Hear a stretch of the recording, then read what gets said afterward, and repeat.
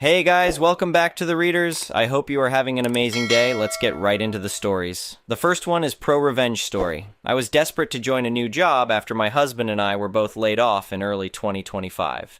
When I was offered a new role, I recognized it would be a step down from my previous position, but the manager and the team seemed fantastic during the interviews. My direct manager, Mike, seemed genuine and supportive, and that impression hasn't changed. However, since Mike was overwhelmed with projects, he assigned me to work with another manager, Grace. I was supposed to be the liaison between my team and Grace's group, but it quickly devolved into Grace micromanaging every aspect of my work.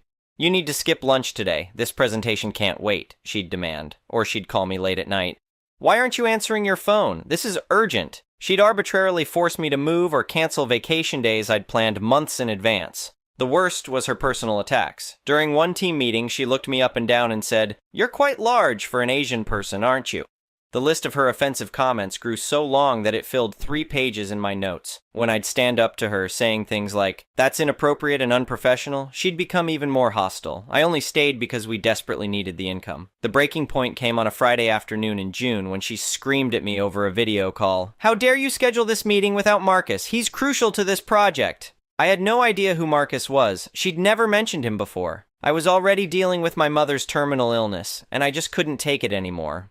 I went to Mike's office in tears and explained everything. He sighed and said, "I'm not surprised. Half her team quit last quarter." He immediately offered to move me to his team directly. I was ecstatic, but the transfer didn't solve the problem.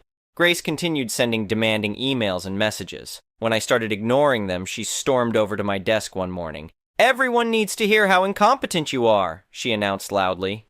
Mike overheard and finally confronted her. "That's enough, Grace. She doesn't report to you anymore."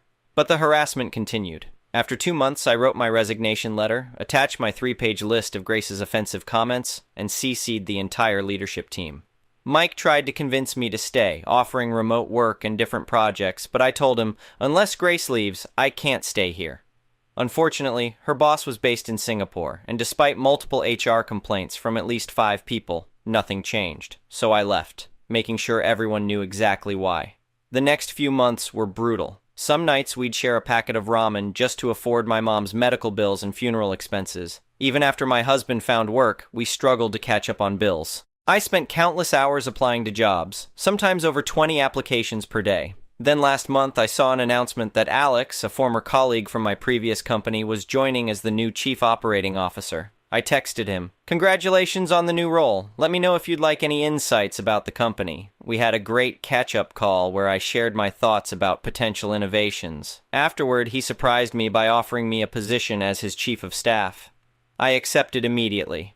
Grace's face during the first all-hands meeting was priceless. All VPs and directors were gathered in the main conference room to welcome Alex. During his introduction speech, he casually mentioned, "And joining my leadership team as Chief of Staff is..." I could see Grace's jaw drop when my name was announced. Now I was 2 levels above her, and I learned that in the 3 months since I'd left, her entire remaining team had resigned. Mike warmly welcomed me back, but Grace sent Alex an email claiming I was an unqualified fraud who had tried to get her fired before. She wrote that I must have lied my way into this position. Alex forwarded me her email asking, "Want to explain this?" I was nervous, but thrilled to set the record straight. Grace had no idea that I'd been a director at Alex's previous company, already 1 level above her position, so the promotion to Chief of Staff wasn't such a stretch. I'd worked closely with Alex for 5 years. During our hour-long discussion, I explained Grace's toxic behavior and its impact on the company. The evidence was compelling. Mike confirmed the complete turnover of her team. My original resignation letter was still in the system, and her former staff eagerly shared numerous hostile emails she'd sent them. Alex didn't hesitate. Grace was terminated that Friday. The next one is an entitled people story. I still remember the exact moment when I pulled into my driveway after a 2-week vacation in Florida. I had been looking forward to sleeping in my own bed after days of hotel mattresses. But when I turned the corner onto my street, I thought I was hallucinating. Where my modest 2-bedroom house once stood was nothing but a pile of rubble and dirt. I sat in my car for what felt like hours, just staring. My brain couldn't process what my eyes were seeing. The house I'd owned for 15 years, the house where I'd raised my daughter as a single dad, where I'd nursed my mother through her final days, where every single memory I owned was stored, was completely gone. "This has to be a mistake," I kept mumbling to myself. They demolished the wrong house. This can't be happening. When I finally got out of my car, I just stood there in shock. My legs felt like they might give out. I noticed a few neighbors peeking out their windows, but nobody came out to talk to me. That should have been my first clue something wasn't right. I walked around the perimeter of what used to be my property. My beautiful oak tree that I'd planted when I first moved in, gone. The flower beds my late wife had designed, bulldozed. Everything was just gone. It wasn't until my elderly neighbor, Mrs. Peterson, came shuffling over that I got any information at all. "Oh dear," she said, wringing her hands. "I was wondering when you'd be back. I tried calling you, but it kept going to voicemail." I had deliberately disconnected during my vacation, my first real break in 5 years. The irony wasn't lost on me. "Mrs. Peterson, what happened to my house?" I asked, my voice barely above a whisper. "It was that Stevenson fellow next door," she said, pointing to the large colonial-style house that shared a property line with mine. "He had a crew come in about a week ago. Said he had all the permits. I thought it was strange since I knew you weren't selling, but he seemed so sure of himself." "Victor Stevenson." Of course it was him. We'd had issues ever since he moved in 3 years ago. He'd complained about my landscaping, the color of my mailbox, even the fact that I sometimes parked my work truck in my own driveway. He was the president of our neighborhood association and took it way too seriously, even though our development didn't have an actual HOA with any legal authority. I thanked Mrs. Peterson and marched over to Stevenson's house, my shock quickly turning to rage. I pounded on his door until he answered, looking annoyingly calm in his polo shirt and khakis. "Ah, you're back," he said, as if we were discussing the weather. "I was wondering when you'd return." "What the hell did you do to my house?" I demanded. He had the audacity to smile. "I took care of that eyesore you called a home. You should thank me. I've increased property values for the entire street." "You what?" I couldn't believe what I was hearing. "You had no right. That was my house." "Actually," he said, pulling out some papers from a nearby desk, "I had every right. You see, when the development was originally built, there was a covenant that gave the neighboring property owners first right of refusal on abandoned properties. Your house has been sitting empty, so legally I exercised my right." "I was on vacation," I shouted. 2 weeks! That's not abandonment." "The covenant doesn't specify a time frame," he said with a shrug, "and with no one responding to notices, well..." He trailed off, looking smug. I was seething. "I'm calling the police." "Go ahead," he said. "I have all the paperwork. Everything was done completely by the book." I stormed off and did exactly that. When the police arrived, they took statements but ultimately told me this was a civil matter. They couldn't arrest Stevenson without evidence of criminal intent, and he had paperwork, forged or manipulated as it might be, that made it look like he had authority. That night I slept in my car. I had nowhere else to go. Everything I owned was gone. My clothes, my family photos, my daughter's childhood artwork, all of it destroyed. I cried for the first time since my wife died, feeling utterly helpless. The next morning, I went to the county clerk's office. I needed to see these supposed covenants Stevenson was talking about. After hours of searching through dusty records, I found the original development plans from the 1960s. There was indeed language about abandoned properties, but it required a formal declaration of abandonment by the county, a waiting period of at least 180 days, and multiple notices to the homeowner. None of that had happened. Next, I checked the demolition permit. It existed, but something was off. The address was correct, but the owner's name listed was Stevenson Development LLC, not mine. How had he managed that? I spent the next 3 days gathering evidence, staying with a coworker while I figured out my next steps. I visited the demolition company that had done the work. They seemed genuinely shocked when I told them they'd torn down the wrong house. "We had all the permits," the foreman insisted, showing me their paperwork. "Mr. Stevenson provided everything, said he was developing the whole area into luxury condos. Did you verify the property ownership?" I asked. The foreman looked uncomfortable. We usually leave that to the client. They're supposed to have all that in order before they call us." I left with copies of all their documentation. The picture was becoming clearer. Stevenson had created a fake company, somehow gotten permits under false pretenses, and deliberately waited until I was away to destroy my house.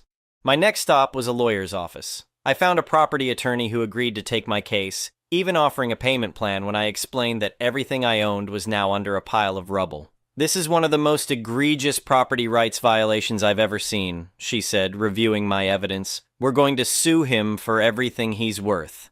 We filed a civil lawsuit against Stevenson personally and his fake development company for destruction of property, fraud, emotional distress, and a host of other charges. The damages we sought were in the millions, far more than my modest house was worth, but including the value of irreplaceable personal items and punitive damages. While the lawsuit was pending, I stayed with various friends, living out of a suitcase with the few clothes I'd taken on vacation. My daughter, who was away at college, was devastated when I told her what happened. All her childhood mementos were gone. The case moved slowly, as these things do. Stevenson hired an expensive attorney who tried every delay tactic in the book, but we had the facts on our side, and eventually, the judge ordered mediation. During mediation, Stevenson's true motives came out. He'd been trying to buy up properties on our street to combine them for a small condo development. I'd refused to sell when he'd approached me the previous year, offering well below market value.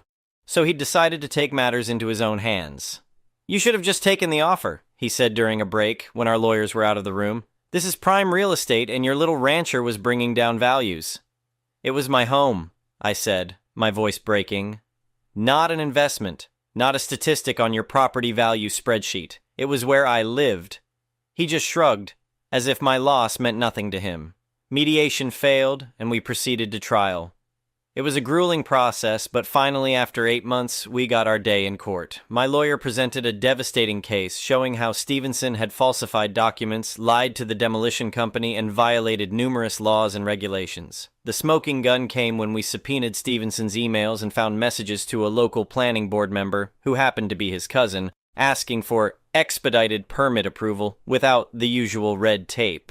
There were even jokes about how I'd feel coming home to an empty lot. The jury was visibly disgusted. Even Stevenson's expensive lawyer couldn't defend the indefensible. When the verdict came in, I could hardly believe it. The jury awarded me $2.4 million in damages, enough to rebuild my house several times over, plus compensation for all my lost possessions and significant punitive damages. They found that Stevenson had acted with malicious intent to deprive the plaintiff of his property rights, but the victory felt hollow. No amount of money could bring back my family photos, my late wife's jewelry, or the handmade cards my daughter had made me over the years. There was a separate criminal investigation as well, resulting in Stevenson being charged with fraud, forgery, and criminal property damage. He eventually pled guilty to lesser charges and served 6 months in county jail, plus 5 years of probation. I used part of the settlement to buy a new house in a different neighborhood. It's nice enough, but it doesn't feel like home yet.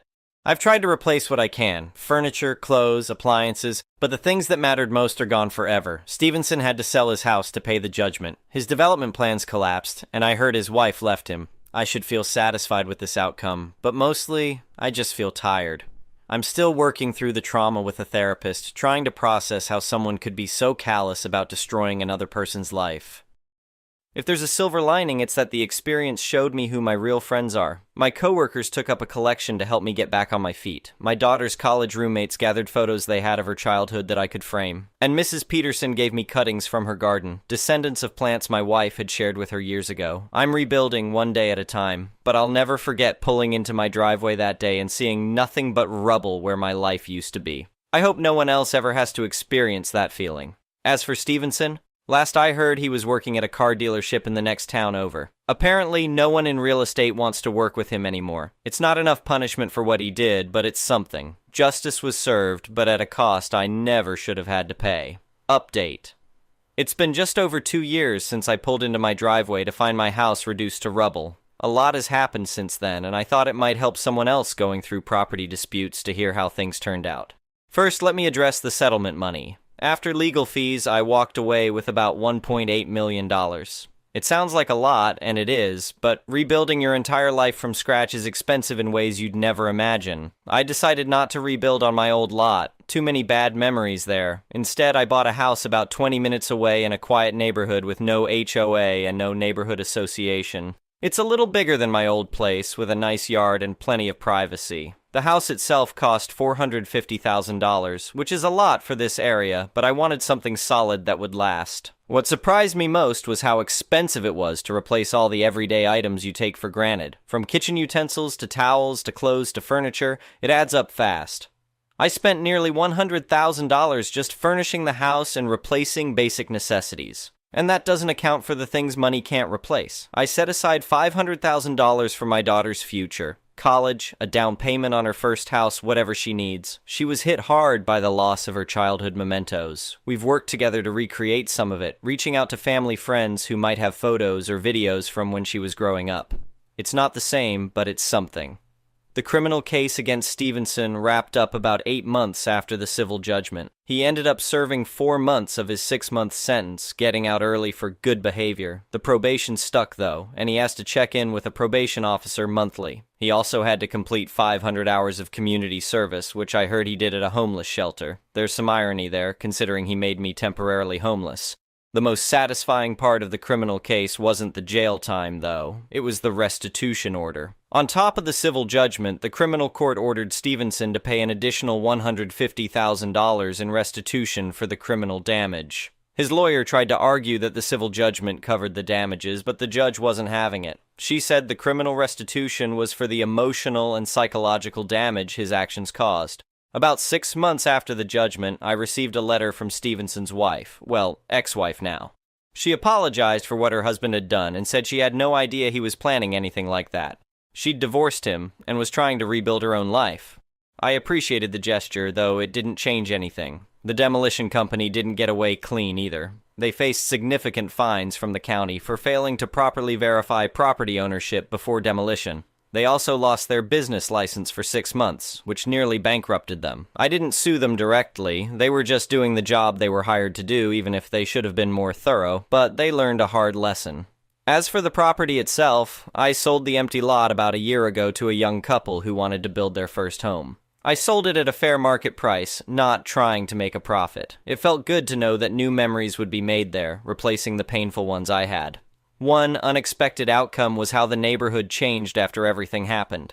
Stevenson's condo development plans fell apart completely when his financial backing disappeared following his conviction, but the publicity from the case brought attention to the area, and property values actually increased as people became interested in the neighborhood. Several of my former neighbors reached out to thank me for inadvertently improving their home values, though I could have done without being the victim of a crime to make it happen.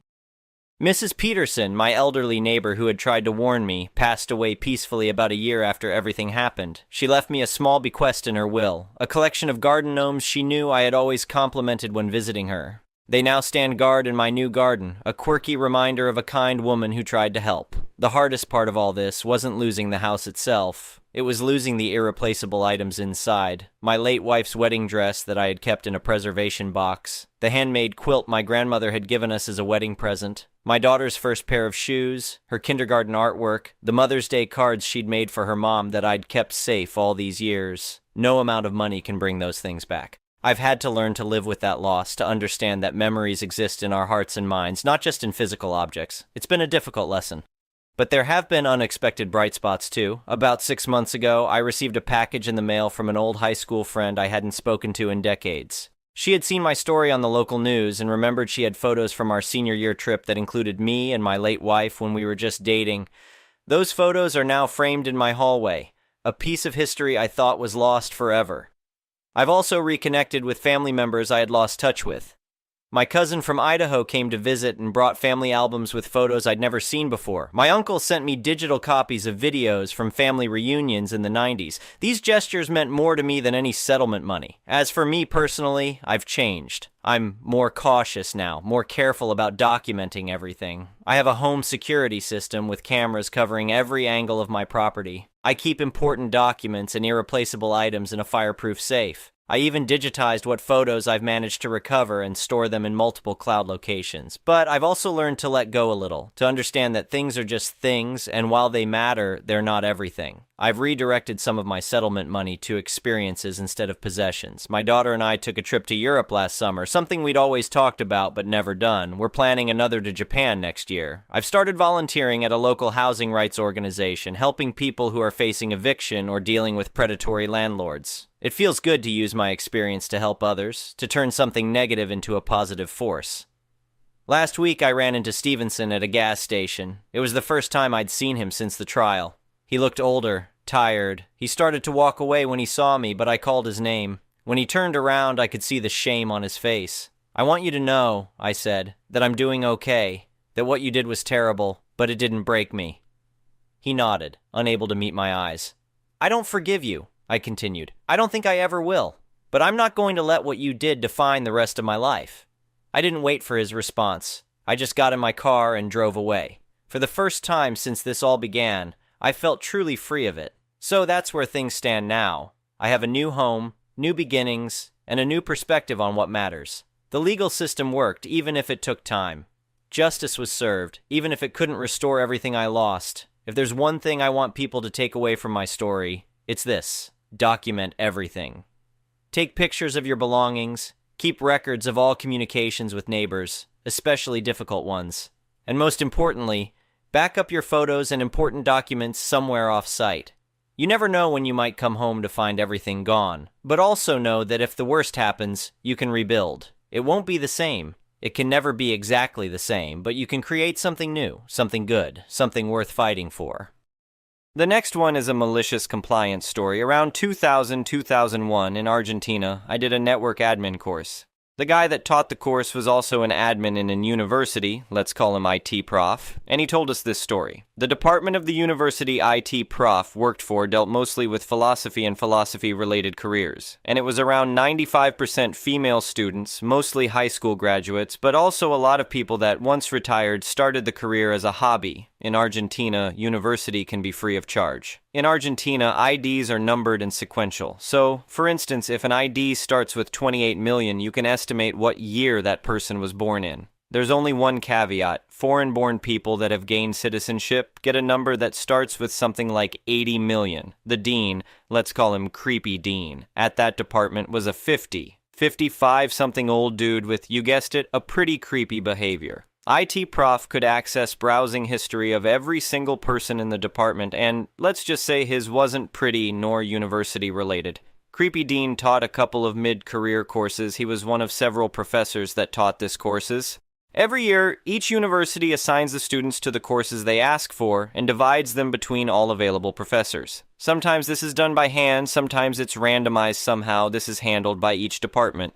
In this case, it was done by a computer program that randomized everything, so each course had a wide array of different students. This program was something that IT prof created, because prior to that, this was done manually. One day, Creepy Dean calls IT prof and tells him, "I want in my courses just female students with IDs starting at 35 million or more, get it done," and remarked to IT prof that his job was on the line if he didn't comply, since 95% of the faculty was female. This is a creepy request, but Creepy Dean knew that it wouldn't be as notorious. He could always blame it on chance. And at that time, this behavior was not something that could have gotten Creepy Dean fired, but the university board members wouldn't be too happy about this behavior either. IT prof understood that 35 million or more on the ID was for people that were roughly 21, 22 years old or younger. Creepy Dean wanted some eye candy and who knows what else. But Creepy Dean just said female, 35 million or more.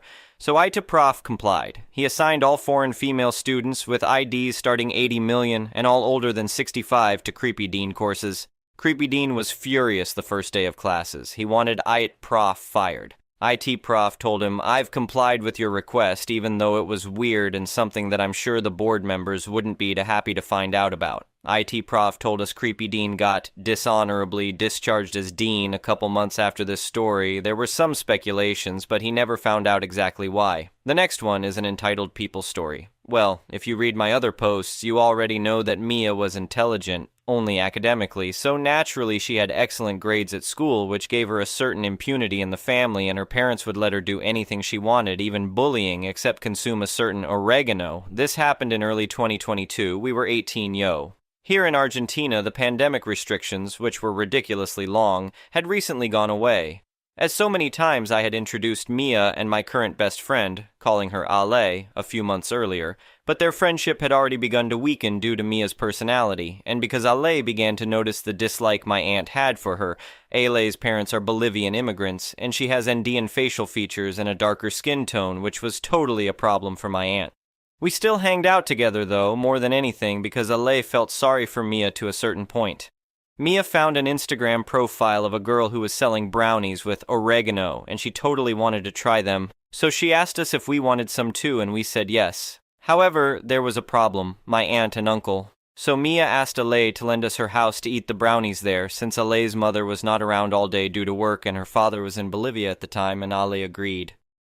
I told my mom what we were going to do since it was my first time trying oregano, and I always knew I could tell my mom anything. My mom told me it was okay, and I asked her not to say a word to my aunt, which she agreed and just gave me the only one condition to be careful and don't do anything stupid. Ale couldn't say a word to her mother because she probably would end with Ale's life if she knew. So the day arrives, we try the oregano brownies, eat pizza, and have a fun afternoon laughing like seals, eating junk food and playing video games. Mia and I went back home that night. I was confident that Mia would just go to sleep and it would be the perfect crime, but as Murphy Law goes, anything that can go wrong will go wrong. What happened? My aunt noticed that Mia's eyes were red? Or was it too obvious that Mia was under substances effects by her behavior? No, none of that. In fact, my aunt hadn't noticed anything. It was about to be the perfect crime, but something happened. If you've never tried food with oregano, you have to know it can make your stomach hurt. It's not a big pain, it's tolerable, and we already knew it was normal anyway because we did our research before trying it. It is also normal to feel dizzy, and we knew it. Well, Mia was in bed trying to sleep when she started to feel dizzy and a pain in her stomach, so she had the brilliant idea of running to tell my aunt what we did because she was scared. And before you comment on it, she herself said that it was not such an intense pain that she believed it was a big deal or a threat. The thing is, Mia told my aunt that it was Ailey's idea and that we both, Ailey and I, forced her to try it. She literally lied and pushed us under the bus so she wouldn't get scolded, as if my aunt had ever seriously punished her anyway. The consequences? My aunt went to tell my mom, insisting that I was a bad influence, that Ale was a word I can't repeat here, but that begins with N, and how she was always right to hate her, that I was growing up to be a drug addict, etc. My mom just told her that she already knew what we were doing, and that it had been Mia's idea, but naturally, my aunt didn't believe it. My aunt even tried to get the number of Ailey's mom to accuse her, but luckily my mom sent her to fry churros when she demanded it, because who knows what would have happened if Ale's mother had found out. Obviously, Ale and I were furious. Ale stopped talking to her and deleted and blocked her from everywhere, and I didn't talk to her for months. Did this matter to Mia? Not really. She actually said Ale was the toxic one. She even told me I should cut her off. Even my aunt tried to convince me to cut Ale off. Obviously, I didn't, and they mocked me and said that time would prove them right and that I would regret to be her friend. It's been more than 3 years and I still don't regret it. Anyway,